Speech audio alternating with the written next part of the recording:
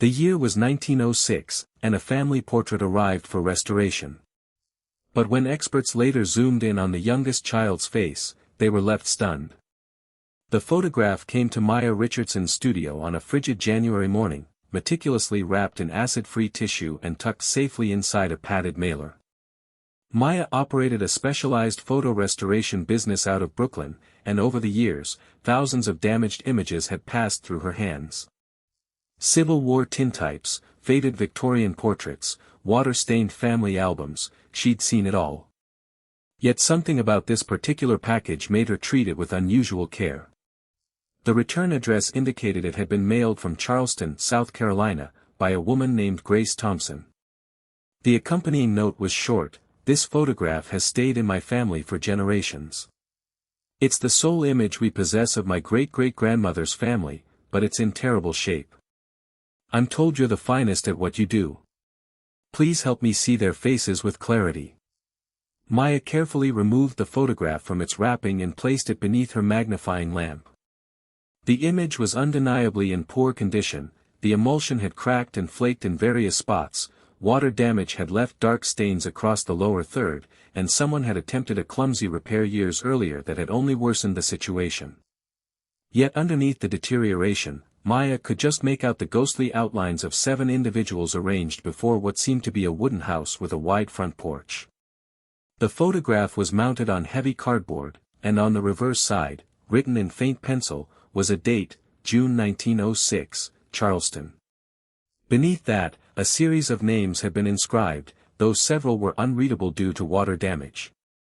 Maya captured a high-resolution image of the damaged original using her digital camera, creating a master file she could work on without subjecting the fragile physical artifact to any further harm. Then she settled at her workstation, launched her restoration software, and initiated the painstaking process of digital reconstruction. She tackled the structural issues first, painstakingly cloning undamaged areas to patch cracks and gaps, smoothing out water stains, and removing discoloration left by the previous failed attempt. This was the technical side of the work, the digital surgery that demanded precision and patience. Maya had been practicing this craft for 15 years, ever since earning her degree in art conservation, and her hands moved with practiced ease across her tablet. 3 hours later, the basic framework of the image was restored, and Maya could now see the composition with clarity: a family of 7 standing on the porch of their residence. The adults were dressed in their Sunday finest, the man in a dark suit with a stiff high collar, the woman beside him in a white blouse and long skirt. 5 children ranged in age from what looked like a teenager down to a small child of maybe 4 years old, who sat on the porch steps. Maya saved her progress and stretched, rolling her shoulders to release the tension from hours of intense focus. The detailed work of restoring the faces, bringing definition to features obscured by time and damage, would begin tomorrow. Maya returned to the photograph the following morning with fresh eyes and a strong cup of coffee. The structural restoration was finished. Now came the delicate task of recovering the details that would transform these figures from mere shadows into individuals. She started with the adults, carefully tweaking contrast and sharpness to unveil the contours of their faces, the texture of their clothing, and the expressions in their eyes. The man appeared to be in his mid-30s, with a firm jaw and a serious countenance. He stood with his hand resting on the shoulder of the woman beside him, a gesture that conveyed both protection and partnership. The woman's face radiated intelligence and resolve, her gaze steady, her posture upright, despite what must have been the exhaustion of managing a household and 5 children in 1906 Charleston. Maya then turned her attention to the children, working from oldest to youngest. The teenager, a boy of perhaps 15, stood at his father's other side, already nearly as tall. Next came 2 girls around 12 and 10, their hair braided and accented with white ribbons. Then a boy of about 7, grinning despite the formal setting, missing one front tooth. Finally, Maya zoomed in on the youngest child, a little girl seated on the porch steps, her small hands folded neatly in her lap. The damage to this section had been particularly severe, with a large water stain obscuring most of her face. Maya worked meticulously, layer by layer, removing discoloration and enhancing the remaining detail. As the child's features began to emerge from beneath the damage, she paused. Something about the face struck her as unusual. She increased the magnification, concentrating on the area around the eyes and forehead. Her breath caught. Even with the residual grain and imperfections of the old photograph, even accounting for the limitations of 1906 camera technology, what Maya was observing didn't add up. The child's face displayed characteristics that seemed medically impossible for the era, or rather, traits that wouldn't be identified or diagnosed for another 50 years. Maya leaned back in her chair, her thoughts racing. She had restored thousands of photographs and encountered nearly every facial feature and physical trait human genetics could produce. But this was something else entirely. This was something the family in 1906 would not have had words for, something that would have made this child stand out in ways both extraordinary and potentially perilous in the segregated South. She picked up her phone and called Dr. James Wright, a colleague who taught medical history at Columbia University. James had assisted her before when historical photographs revealed signs of medical conditions, offering context and validation for what the images exposed. "James, I need you to look at something," Maya said when he answered. "I'm working on a photograph from 1906, and I think I'm seeing markers of a genetic condition in a child's face, but if I'm right, this condition wasn't even identified until the 1950s. Dr. James Wright arrived at Maya's studio that afternoon, his curiosity unmistakable. He was a tall man in his 60s with silver hair and the gentle demeanor of someone who had spent decades guiding students through the complexities of the human body and its infinite variations. Maya had the photograph displayed on her large monitor, zoomed in on the child's face. James leaned forward, studying the image with care. Maya watched his expression shift from casual interest to focused attention, then to something like astonishment. "You're seeing what I'm seeing?" Maya asked. James nodded slowly. "If this photograph is authentic and unaltered, and I assume you verified that, then yes, I'm seeing clear indicators of Waardenburg syndrome. Look at the distance between the inner corners of the eyes, what we call dystopia canthorum. And here, do you see this lighter patch in her hair? That would be the characteristic white forelock. But most striking of all." He pointed to the child's eyes, and Maya leaned in closer. Even through the limitations of the old photograph, even with the remaining imperfections in the restoration, the difference was visible. One eye appeared darker, consistent with the deep brown common in African Americans. But the other eye was distinctly lighter, not brown, but a pale blue or gray that created a startling contrast. "Heterochromia," James said quietly. "Complete heterochromia iridis, different colored eyes. Combined with these other features, it's almost certainly Waardenburg syndrome type 1.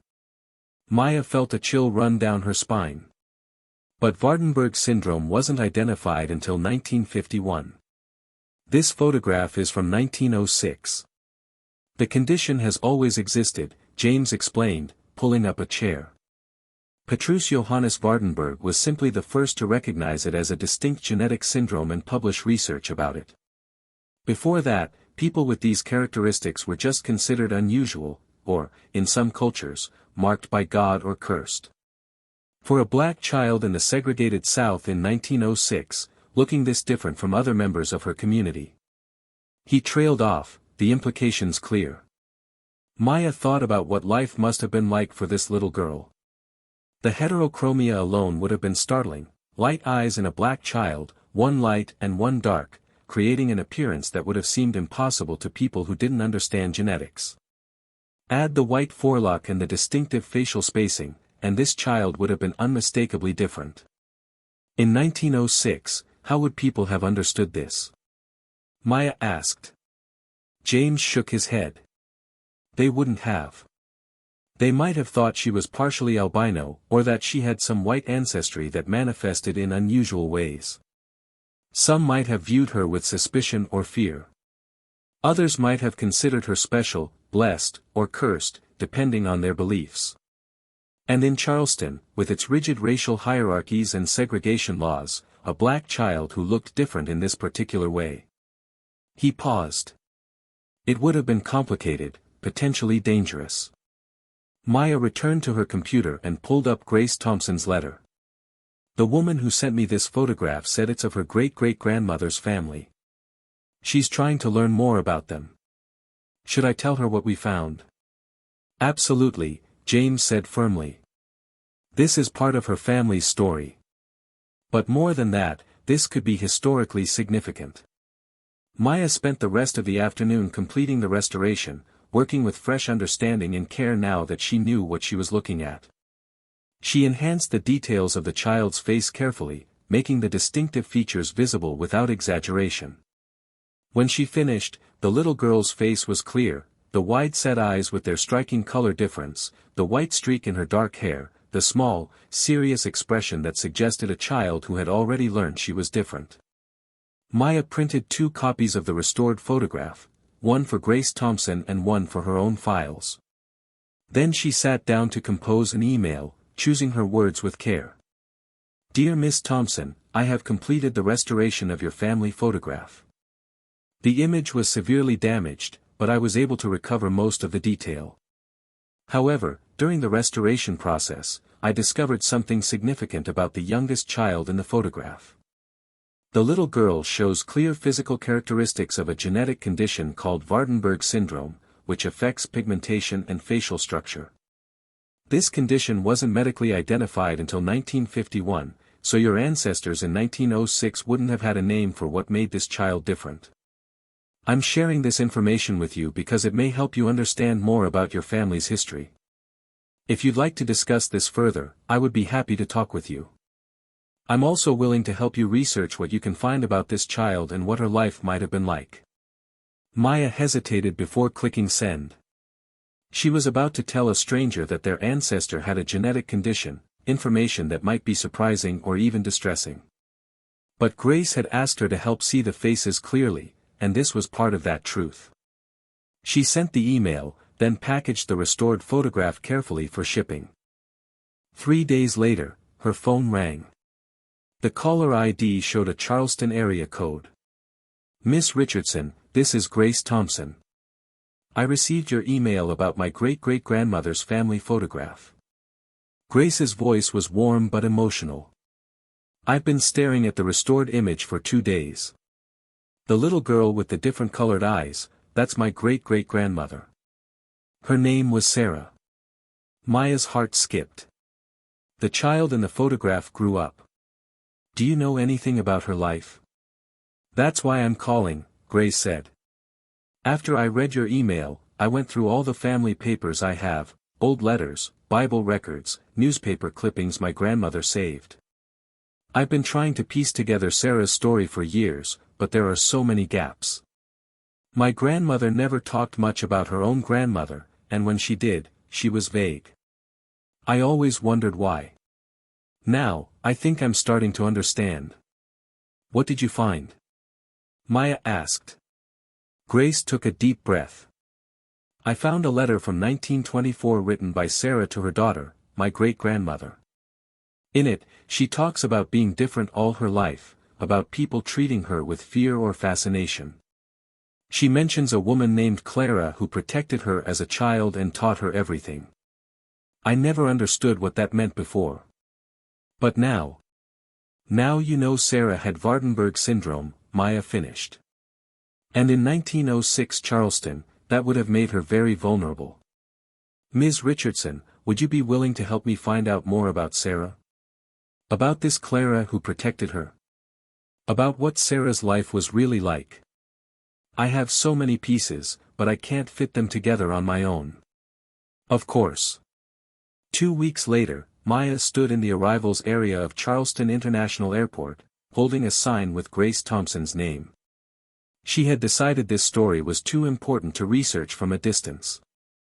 Grace had invited her to Charleston, offering to share all the family documents she had collected and to introduce Maya to the city where Sarah had grown up. Grace emerged from the crowd, a woman in her early 50s with warm eyes and her great-great-grandmother's high cheekbones. They recognized each other immediately, and Grace pulled Maya into a hug. Thank you for coming, Grace said. I know you didn't have to do this. Restoring the photograph was your job. This is something more. This is history, Maya replied. And I want to help you find it. They drove into Charleston as the afternoon light turned golden, past elegant historic homes and live oaks draped with Spanish moss. Grace pointed out landmarks as they passed, the old Slave Mart Museum, Mother Emanuel AME Church, the neighborhoods that had been the heart of Black Charleston in the early 20th century. The house in the photograph doesn't exist anymore, Grace explained. It was torn down in the 1950s during urban renewal, but I know the street it was on, and I've been researching what the neighborhood was like in Sarah's time. Grace's home was a modest bungalow in North Charleston, filled with family photographs spanning 5 generations. She had converted her dining room into a research center with a large table covered in organized stacks of documents, a computer, and a whiteboard covered with notes and a hand-drawn family tree. I've been working on this for 3 years, Grace said, gesturing at the organized chaos. Ever since my mother died and I inherited all the family papers she'd been keeping. I always knew our family had interesting stories, but I didn't realize how much history was hidden in these documents. She pulled out a cardboard box and carefully lifted a stack of letters wrapped in ribbon. These are from Sarah. She wrote them to my great-grandmother, her daughter, between 1924 and 1948. Sarah died in 1952 when my grandmother was just a teenager.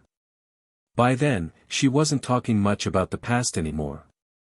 My grandmother said Sarah became quiet in her later years, like she was tired of remembering. Maya took the letters carefully, aware she was holding pieces of Sarah's voice from across the decades. The handwriting was clear and educated, each letter dated and addressed with care.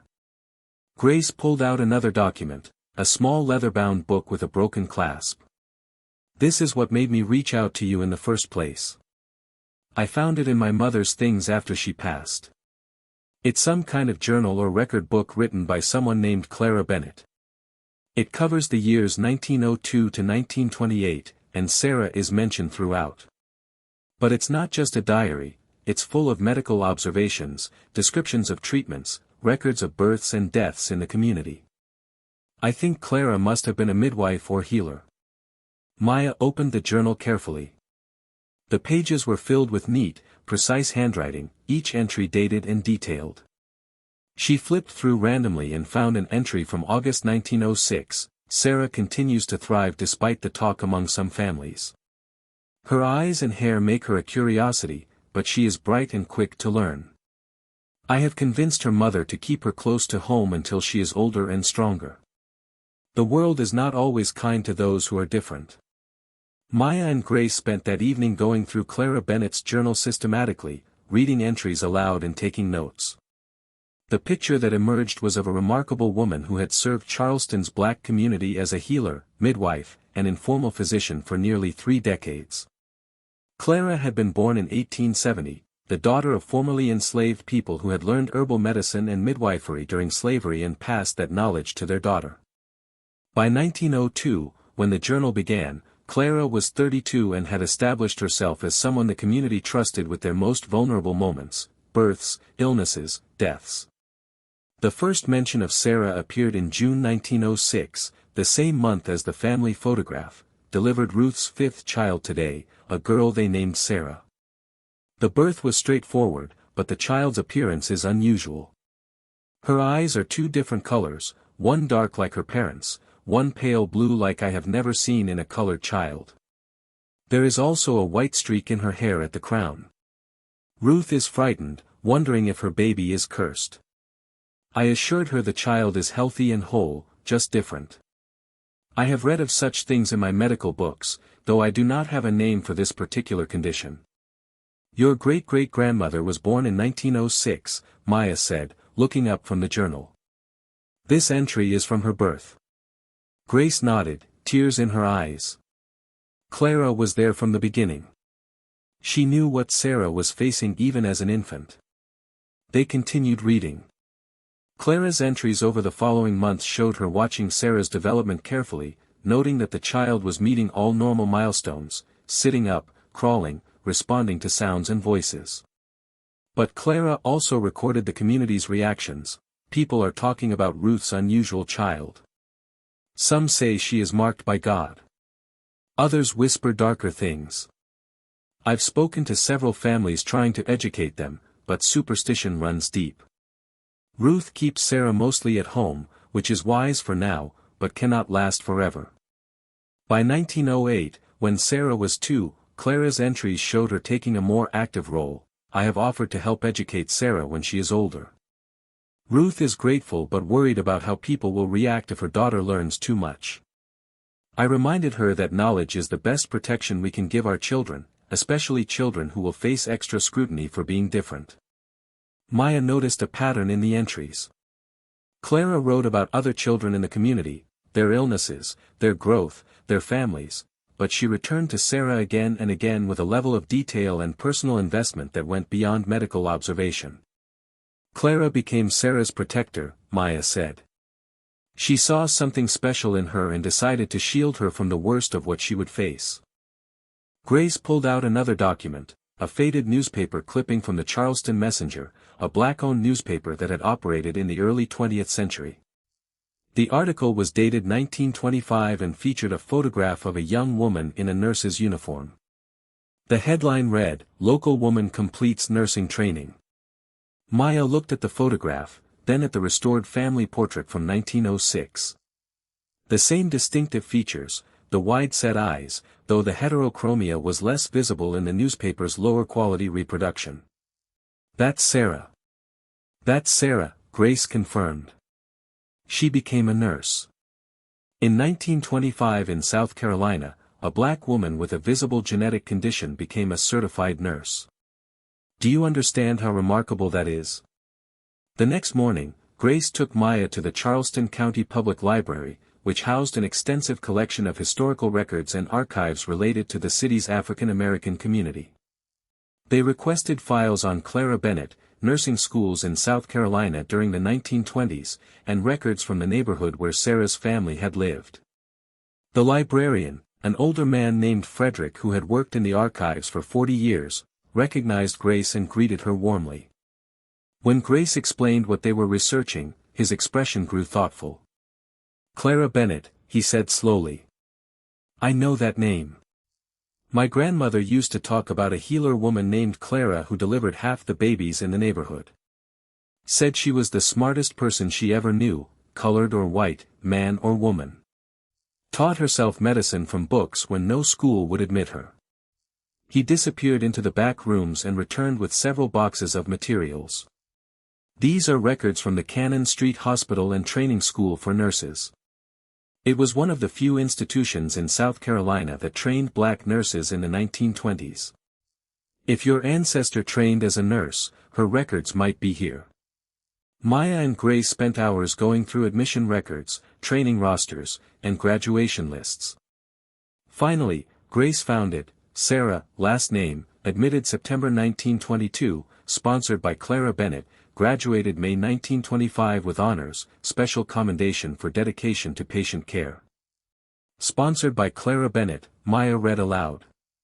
So, Clara not only protected and educated Sarah as a child, she made it possible for her to become a nurse. They found more in Clara's journal entries from 1922, Sarah has been accepted to the nursing school. I used every contact and favor I had accumulated over 30 years to make this happen. The administrators were hesitant. Sarah's appearance makes her memorable, and not always in comfortable ways. But her intelligence and determination won them over. She will face challenges there that other students will not face. People will stare at her eyes, whisper about her difference. But Sarah has lived her whole life being stared at. She knows how to meet the world with dignity. Frederick brought them another set of records, employment files from the Charleston County Health Department. The health department started hiring black nurses in the mid-1920s to work in colored communities. If your ancestor worked in Charleston after graduation, there might be records. They found Sarah's name and employment records from 1926, Sarah, last name, registered nurse, assigned to home visits in the East Side community. Monthly salary, $45.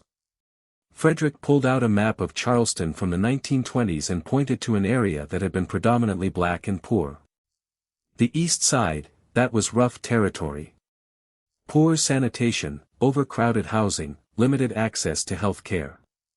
The nurses who worked there were going into homes where they might find anything from tuberculosis to malnutrition to untreated injuries. It took courage. Grace found a letter in Sarah's correspondence that gave context to those years. Written in 1927 to her daughter, who was just a baby at the time, it read, "I visit families today who look at me with suspicion at first. My eyes make them uncertain. But when I help deliver a healthy baby or treat a child's fever or show a mother how to keep her family well, they forget about my difference. They see me as someone who cares. Clara taught me that the best way to overcome prejudice is to be undeniably good at what you do." On their third day in Charleston, Grace took Maya to the cemetery where Sarah was buried. It was a small, well-maintained African-American cemetery on the outskirts of the city, with graves dating back to the late 1800s.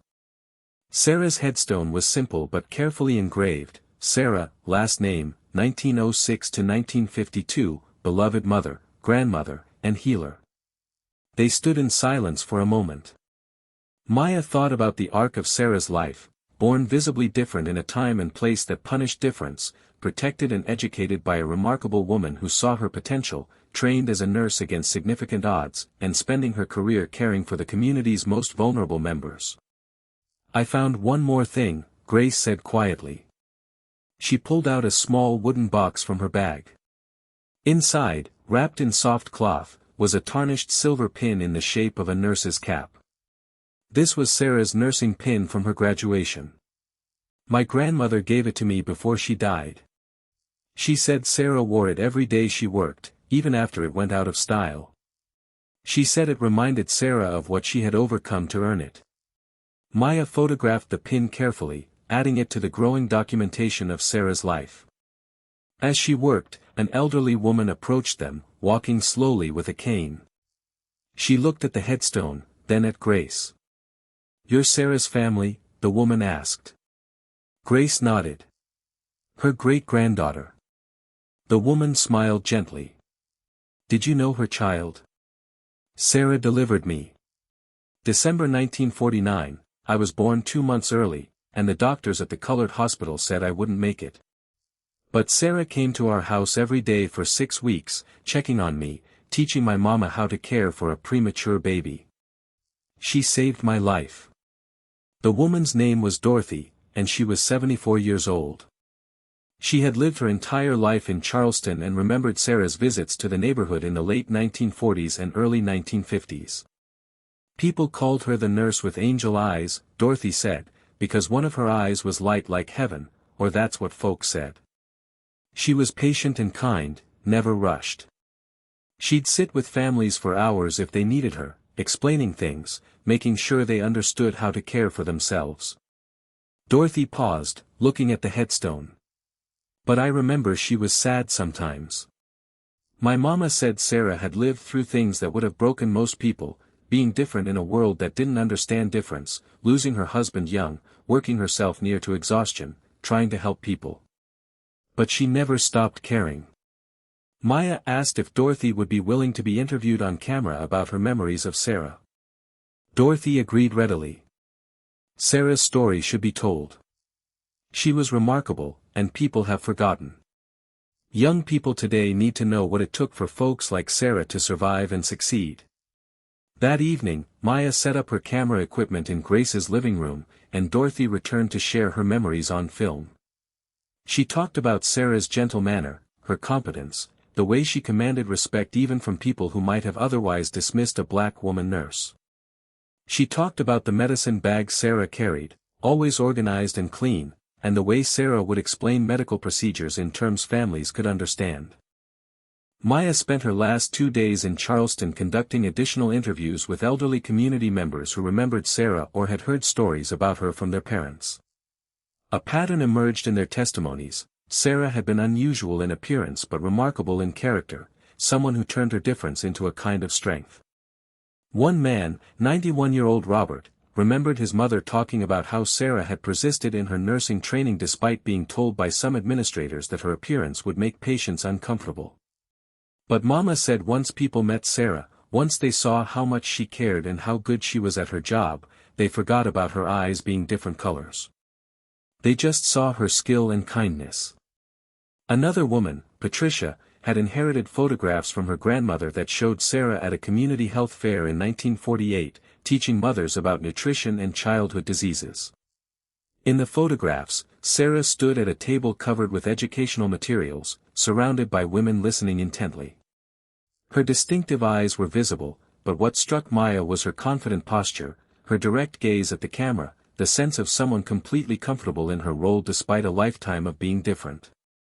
Maya also discovered records showing that Sarah had continued working as a nurse until just 6 months before her death in 1952.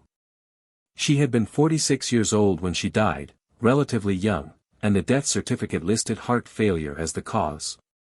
Clara's journal, which continued until 1928, had made several references to Sarah's health, noting that she pushed herself too hard and often neglected her own well-being while caring for others.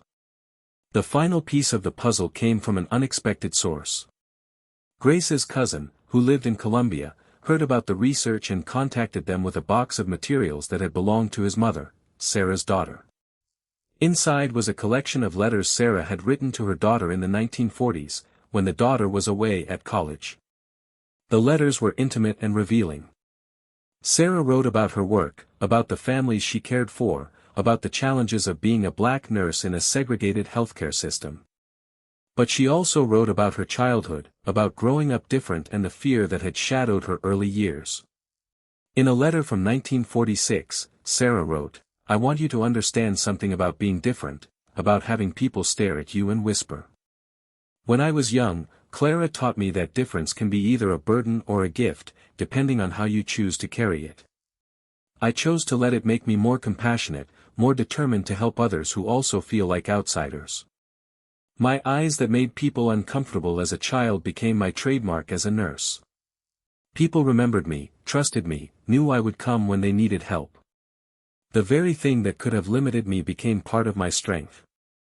Maya recorded this letter on camera with Grace reading it aloud.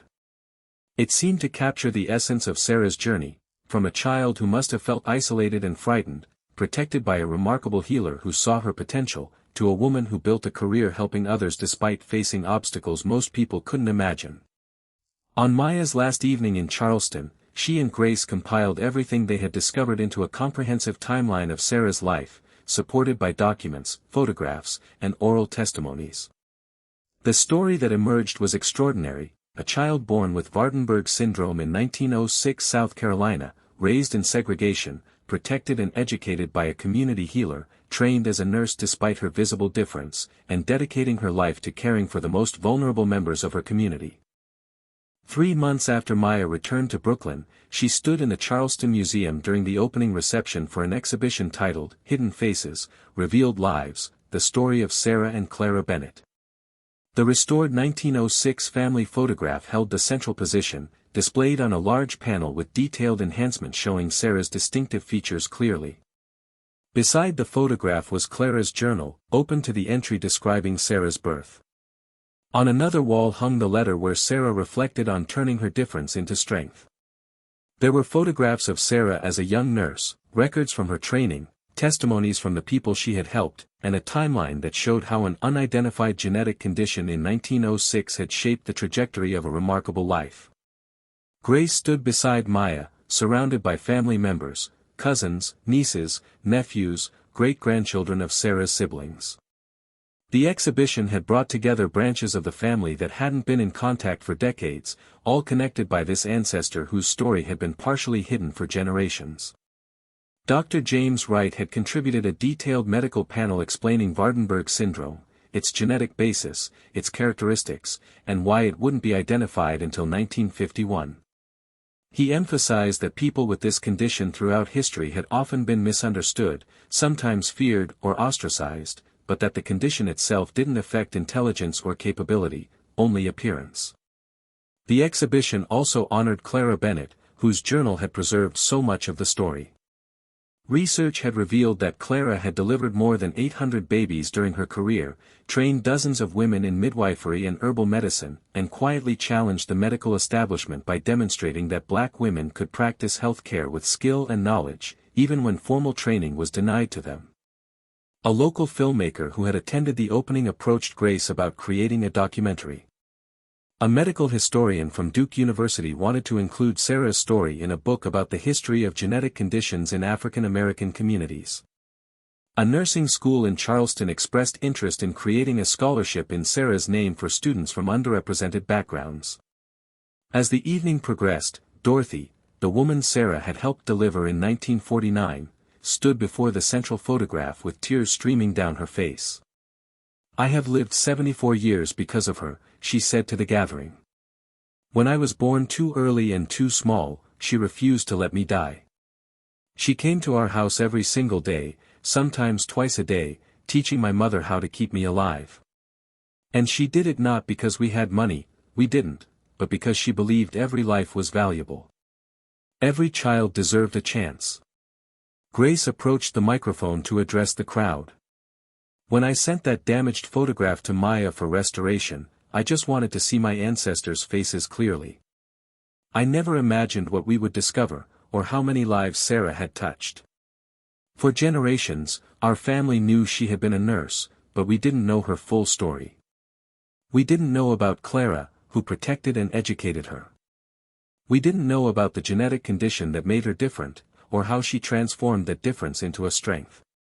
We didn't know how many people she had helped, how many lives she had saved." Grace paused, looking at the photograph of 4-year-old Sarah with her striking eyes and serious expression. Sarah grew up in a time when being different was dangerous, when being a black woman meant facing constant limitations, when pursuing education and a career in nursing required courage most of us can't imagine. But she did it anyway, supported by people like Clara, who saw her worth. This exhibition honors not just Sarah, but all the people in our communities who have been remarkable in quiet ways, whose stories deserve to be remembered and celebrated. Maya watched as visitors moved through the exhibition, stopping to read the documents, study the photographs, and absorb the story of a woman who had been born different in 1906 and had turned that difference into a lifetime of service. The restoration of a single damaged photograph had revealed not just faces, but an entire hidden history of resilience, courage, and determination. Several elderly attendees approached the staff during the evening with stories of their own family members who had been different in some way, physically, mentally, socially, and had faced similar challenges in earlier generations. The exhibition had opened a conversation about difference, disability, and the ways communities had historically both rejected and embraced those who didn't fit expected patterns. As the reception concluded, Maya stood once more before the restored photograph.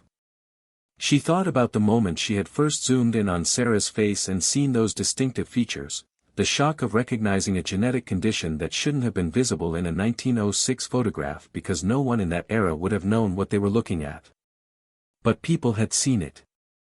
Sarah's family, her community, Clara Bennett, they had seen that this child was different, and they had made choices about how to respond. Some had been frightened or superstitious, but others, crucially, had chosen to protect and nurture Sarah, to give her education and opportunity, to help her become someone who would spend her life helping others. The photograph was no longer just a damaged artifact that needed restoration. It had become a window into a hidden history, a testament to the power of one person's determination and the community that supported her. 4-year-old Sarah, sitting on those porch steps in 1906 with her different colored eyes and white forelock, had grown into a woman who delivered babies, treated illnesses, saved lives, and earned the respect of everyone who knew her. Her face, frozen in time at age 4, had held a secret that took more than a century to fully understand. But now that secret was revealed, and Sarah's story of difference, determination, and dedicated service would not be forgotten again. Grace approached Maya as the museum began to close. "Thank you," she said simply. "Thank you for seeing what was hidden in that photograph and caring enough to help me find the truth. Sarah deserves to be remembered." Maya embraced her. "Thank you for trusting me with your family's story, and thank you for being willing to share it with the world. There are probably thousands of other people like Sarah whose stories are hidden in damaged photographs and forgotten documents. Maybe this will inspire others to look more carefully at their own family histories. As Maya flew back to Brooklyn the next day, she thought about the restoration work waiting for her at the studio, dozens of damaged photographs from families hoping to see their ancestors' faces clearly. She wondered how many other hidden stories were waiting to be discovered, how many other remarkable lives had been partially erased by time, damage, and deliberate forgetting. Sarah's story had started with a badly damaged photograph and ended with a museum exhibition, a community reconnected with its history, and a woman's legacy finally honored. But for Maya, it reinforced something she had always believed, that every photograph was more than just an image. Every photograph was a story, and behind every face was a life that deserved to be seen, understood, and remembered. The photograph of 4-year-old Sarah with her remarkable eyes would continue to hang in the Charleston Museum, visible to generations who would never meet her but could learn from her strength. And somewhere in Charleston, elderly people who had been children when Sarah delivered them or treated their childhood illnesses would tell their grandchildren about the nurse with angel eyes who had refused to let being different stop her from being extraordinary.